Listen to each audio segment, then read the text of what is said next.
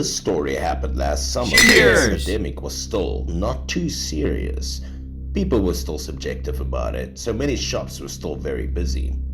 Because of the epidemic, my business was not doing so well. I went back to my hometown to visit relatives and happened to meet an old friend named Shen, so we sat down to talk about stories. The shop where we chose to sit and talk was located on the edge of town. It had a large yard and good business, but very poor conditions such as noisy, dusty, and easy to get wet when it rained conditions. Shen didn't care about such things, so our conversation was still fun.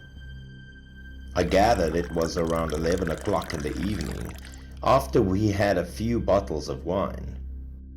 We were both drinking a lot and debating whether we should go back to town or find the next place to have some more drinking time.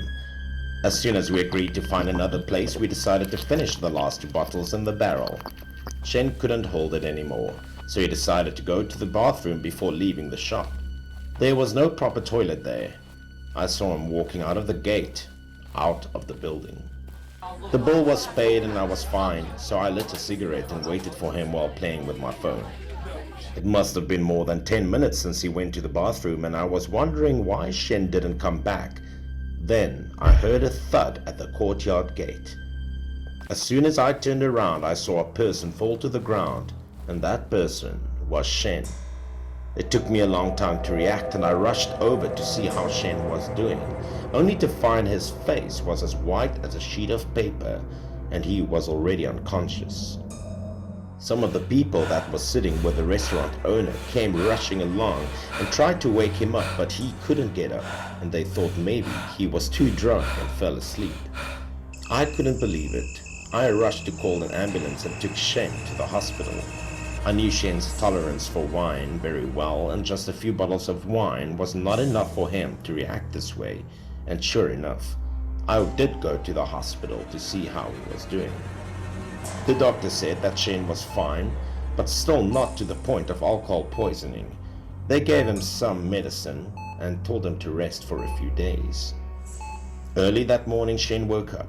He looked a little dazed. When he woke up, I asked a few questions. I didn't expect he would react with a horrified expression as he did. Shen told me about what happened before he lost consciousness. It turned out that the place where Shen went to the bathroom last night was outside the restaurant, and next to it was a small forest with a road leading to a distant place, which was very dark. Shen was stunned. He was about to urinate and unzipped his pants when suddenly he heard something coming out of the woods. As he looked up, he saw a person walking on a path in the forest, but because it was dark, he couldn't see this person's face clearly. Only a very vague figure. Originally, Shen didn't care much, but this person's posture was very twisted.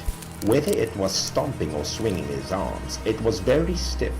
According to Shen, this person looked like a moving robot, and then he intended to get closer to take a look. Somehow being able to feel Shen's gaze, the man stopped, and in the hazy darkness, he could see the man turning his head to look back at him. The two of them then seemed to have looked at each other, and Shen was confused for the first time. But since Shen had been drinking a lot, he didn't really care much. After a few glances at the man, Shen decided to return to the yard. But he did not expect that when he turned around, he started feeling dizzy, and his eyes started to reel. Then everything turned upside down with an unpleasant feeling. Shen said he had never experienced a feeling like this before. By this time, Shen's eyes were heavy and he couldn't open them, and he fell to the ground. As he's been unconscious for a while, he then vaguely felt that his body seemed to be very light. His mind had become clearer, and then he was forced to open his eyes. When he woke up, Shen saw a trembling figure standing in front of him. Still that rigid body. It was a figure that Shen had just seen, and somehow at that moment there was a layer of light, like a ghostly light, all over the man's body. Upon closer inspection, this was an old man with white hair. He wore a Chinese ao yai, and walked down a path in the forest with his head bowed down. After walking for a while, the old man looked up back from afar, and it was just a very old face with the whites of his eyes with no pupils, which looked horrible. After looking at Shen, the old man slowly shook his head as if he was sighing. Then he continued to turn his head along the road and quickly disappeared into this pitch black forest. At this point, Shen finally realized that he had seen a ghost. He was shaking with fear and didn't know what to do at that moment. He heard a very familiar call from outside the forest. Then Shen heard his name being called out, as if something serious had happened.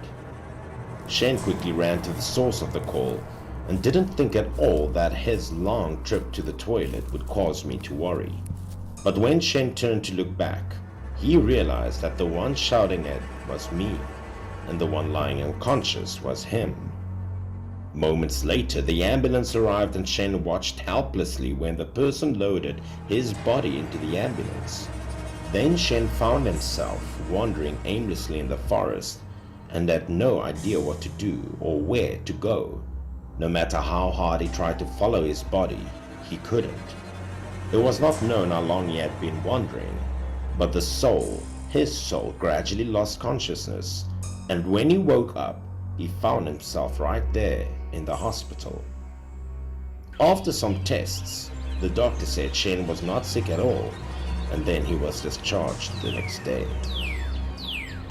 I later learned because a person drinks too much, the body might be weakened, and it is easy to be disturbed by wandering ghosts, especially in places with a lot of yin, so it is necessary to pay more attention when going out for a drink.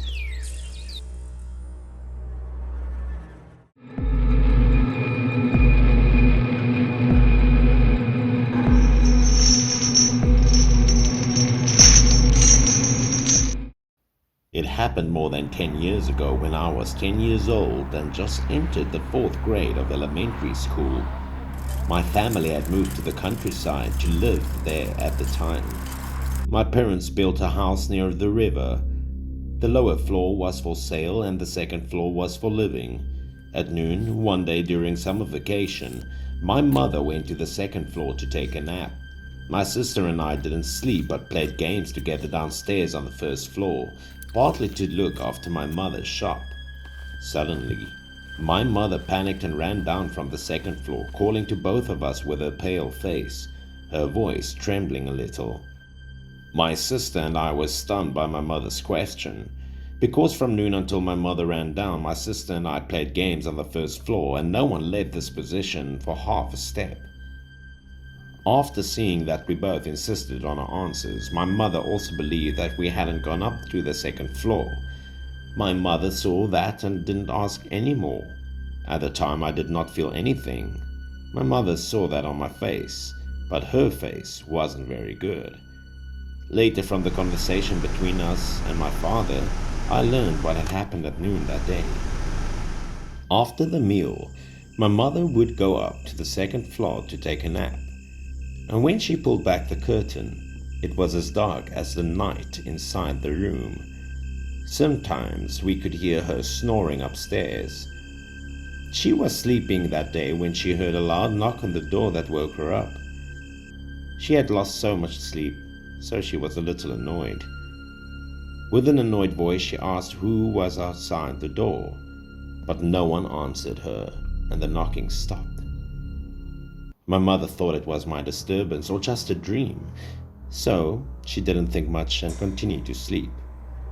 But this time, before she completely fell asleep, she felt a shadowy figure standing in front of the bed.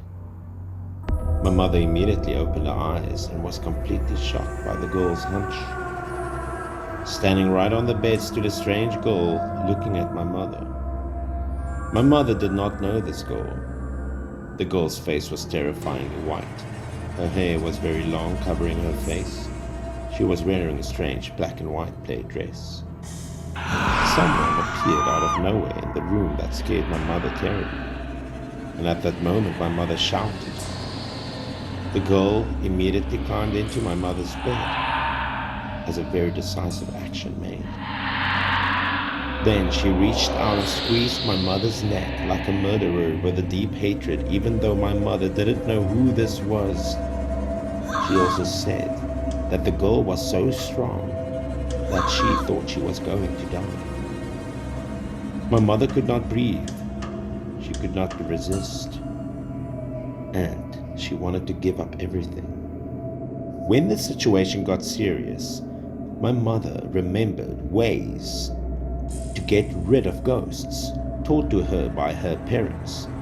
And one of these ways was to start scolding. My mother started to scold the ghost, spitting and showing an angry attitude at her. Unexpectedly, the method worked. After a while, the ghost disappeared. As soon as the ghost was gone, my mother called to tell my father about this, but my father did not believe what she said. He did not believe in ghosts, and he thought that she was probably having some sort of nightmare.